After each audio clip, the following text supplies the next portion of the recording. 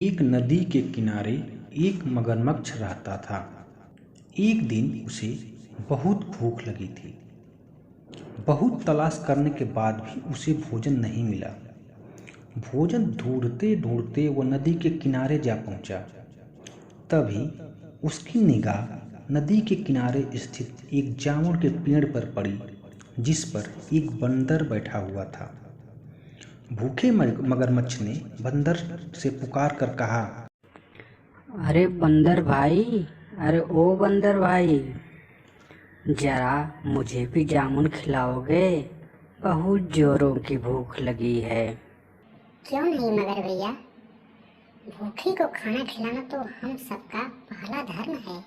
यह कहते हुए बंदर ने कुछ जामुन मगर के लिए फेंक दिए। मगर ने बड़े चाव से वे जामुन खा लिए। उसे पहली बार जामुन खाने का मौका मिला था। उसने सोचा, मैं शायद पहला मगरमच्छ होऊंगा जिसने जामुन खाए होंगे। ये तो बहुत ही स्वादिष्ट हैं। जामुन खाकर उसने बंदर को धन्यवाद दिया और चला गया। अगले दिन भूख लगने पर वह मगर फिर नदी के किनारे जा पहुंचा। इस बार भी उसने बंदर को जामुन के पेड़ पर बैठा हुआ पाया। बंदर ने उसका स्वागत किया और उसे फिर से मीठे जामुन खाने को दिए। उन जामुनों को खाकर मगर ने अपना पेट भरा। अब तो यह रोज का सिलसिला बन गया। जब भी मगर को भूख लगती, वह उस जामुन के पेड़ के पास पहुंच जाता। बंदर उसे जामुन देता, जिन्हें वह पेट भर कर खाता। जल्दी ही मगर और बंदर में अच्छी दोस्ती हो गई। खाने पीने के बाद वे नदी और जंगल के मामलों पर घंटों बात करते। एक दिन बंदर ने मगर को कुछ जामुन अलग से देते हुए कहा, ये मेरी तरफ से भाभी जी के लिए तोहफा है। मुझे भरोसा है कि ये जामुन उन्हें भी बहुत पसंद आएंगे। बंदर की बात सुनकर मगरमच्छ बहुत खुश हुआ। वह जल्दी से जामुन लेकर अपने घर चल पड़ा। घर पहुंचकर वह अपनी पत्नी को जामुन देता हुआ बोला, अरे सुनती हो? कहाँ हो? ये देखो मैंने तुम्हारे लिए क्या लाया है। मेरे दोस्त बंदर भाई ने तुम्हारे लिए जामुन भेजा है। लो खाओ, देखो कितना अच्छा है। मगरमच्छ की पत्नी ने वे जामुन खाए।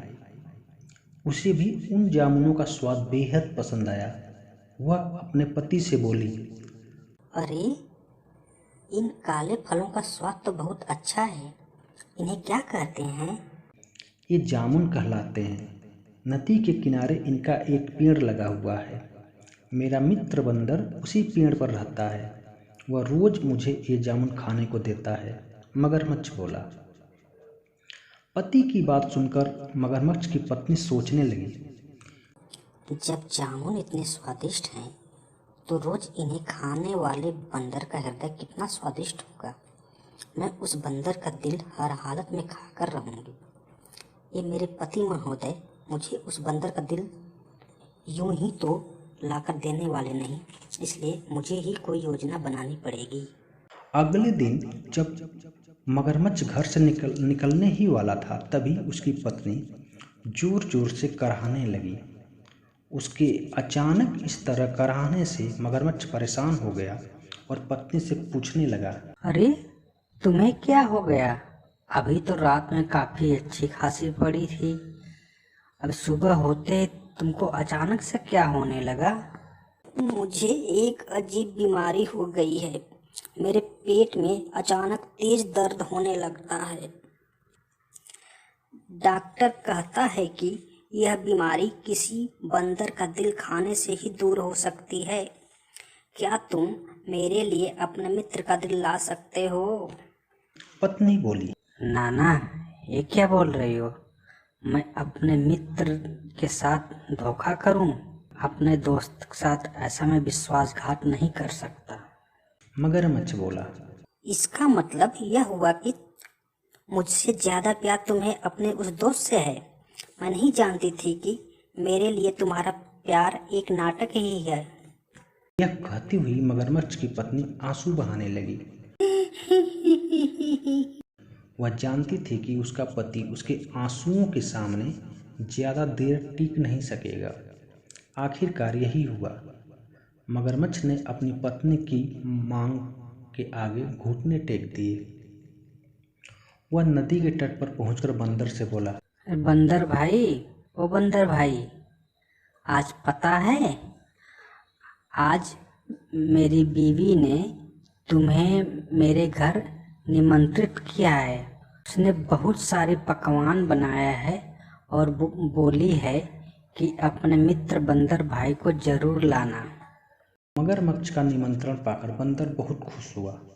वह मगरमच्छ से बोला, मुझे बड़ी खुशी है कि भाभी जी को मेरे जामुन इतने पसंद आए। मैंने भी तुम्हें उनके लिए छांट छांट कर जामुन दिए थे। मैं तुम्हारे साथ चलने के लिए तैयार हूँ, लेकिन एक समस्या है मित्र।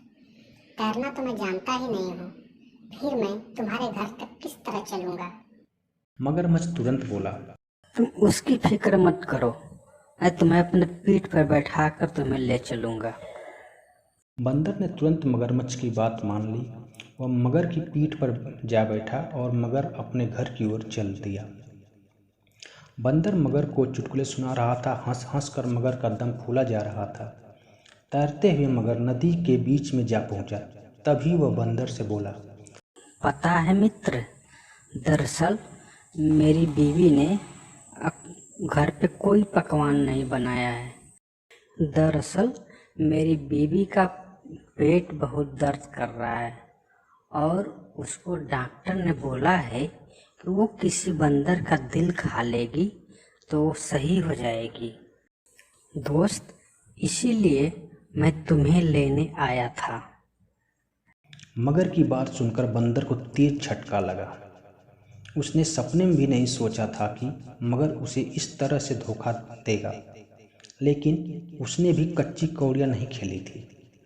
उसने तुरंत इस मुसीबत से निपटने की एक योजना बना ली। वह मगरमच्छ से बोला, अरे दोस्त, ये बात तो तुम्हें मुझे पहले ही बतानी चाहिए थी। जामुन खाकर मेरा हृदय बहुत कीमती हो गया है, इसलिए कहीं जाने से पहले मैं उसे पेड़ के ऊपर पूरी हिफाजत से रख देता हूँ। बंदर की बात सुनकर मगरमच्छ थोड़ा ठिठका। ऐसा करो, मुझे उस पेड़ तक वापस ले चलो, वहाँ से मैं अपना दिल लेकर फिर तुम्हारे पीठ पर आ बैठूंगा। मगरमच्छ बंदर की बातों में आ गया और फिर नदी के तट की ओर तैरने लगा।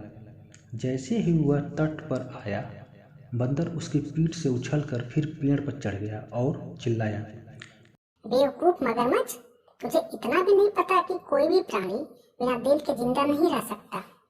अच्छा हुआ अपनी गद्दारी की बात तूने खुद ही बता दी। तेरे जैसे दोस्तों के रहते दुश्मनों की जरूरत नहीं है। मैंने तुझ पर विश्वास किया और उस विश्वास का तूने यह सिला दिया। आज से मेरी और तुम्हारी दोस्ती खत्म। चला जा यहाँ से। मगर से बंदर की बात का कोई जवाब देते नहीं बना। वह चुपचाप मुंह लटकाए वहाँ से चला गया। जब वह घर पहुँचा तो उसके साथ बंदर को न पाकर उसकी पत्नी बड़ी मायूस हुई।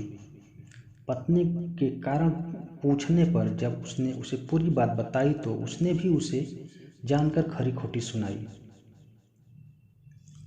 शिक्षा, कभी भी हिम्मत मत हारो। हमेशा मुश्किल वक्त में समझदारी दिखानी चाहिए।